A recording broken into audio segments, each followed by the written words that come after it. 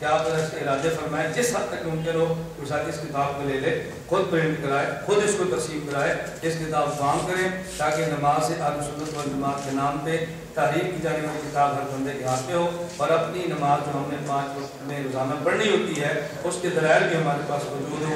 اللہ رب العزت مجھے اور آپ سب کو دین خدمت کے دین متین کی خدمت کی قبول فرمائے۔ وآخر دعوانا ان الحمدللہ رب العالمین۔ خوشی پڑھ لیں۔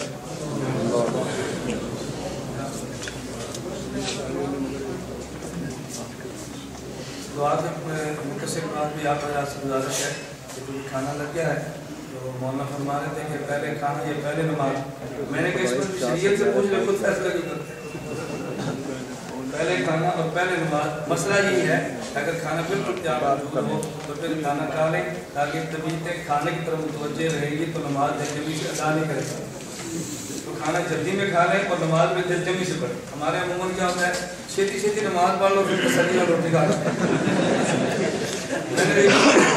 ہم کیا کریں ابھی چھیتی چھیتی کھانا کھا لیے پھر تسلی اور روٹی پڑھنا، یہ ٹھیک ہے نا؟ السلام علیہ رسولی وعلی آلہ صحابہ اجمعین۔ مولا کریم ہم سب کو گناہوں کو معاف فرما، خطاؤں سے درگزر فرما، غیر حاجات کو پورا فرما، مشکلات کو دور فرما، عافیت کے ساتھ خدمت کے لیے قبول فرما۔ اے میرے مولا کریم ہم سب کو قرآن کریم حدیث مبارکہ اور فقہ شریعت کو ماننے کی توفیق عطا فرما، فقہائے کرام کے احترام کی توفیق عطا فرما۔ اے میرے مولا کریم جو حضرات تشریف لائے ہیں ان تمام گانا قبول فرما، اے اللہ ان تمام گانا قبول فرما، ہمارے ملک کی حفاظت فرما، اے اللہ ملک کی حفاظت فرما، اے اللہ ملک کے دشمنوں کو ہمارے ملک سے پاک فرما دے۔ اے میرے مولا کریم جو ملک کے خیر خواہ ہیں ملک کو توڑنا چاہتے ہیں، اے اللہ ان کی کمر کو توڑ دے۔ اے اللہ اس ملک کی حفاظت فرما، اسلام کا نظام میں عطا فرما، جو خیر خواہ ہیں اللہ میں صالح حکمران عطا فرما، ہم سب کا خاتمہ بالایمان فرما۔ اے اللہ ہمارے ملک کو امن کا گوارا بنا دے، سلامتی کا گہوارہ بنا دے۔ اللہ قیامت کے دن حضور اکرم صلی اللہ علیہ وسلم کی ہم سب کو شفاعت نصیب فرما۔ صلی اللہ تعالی علی رسول خیر خلقہ محمد و آلہ وصحبہ اجمعین برحمتک یا ارحم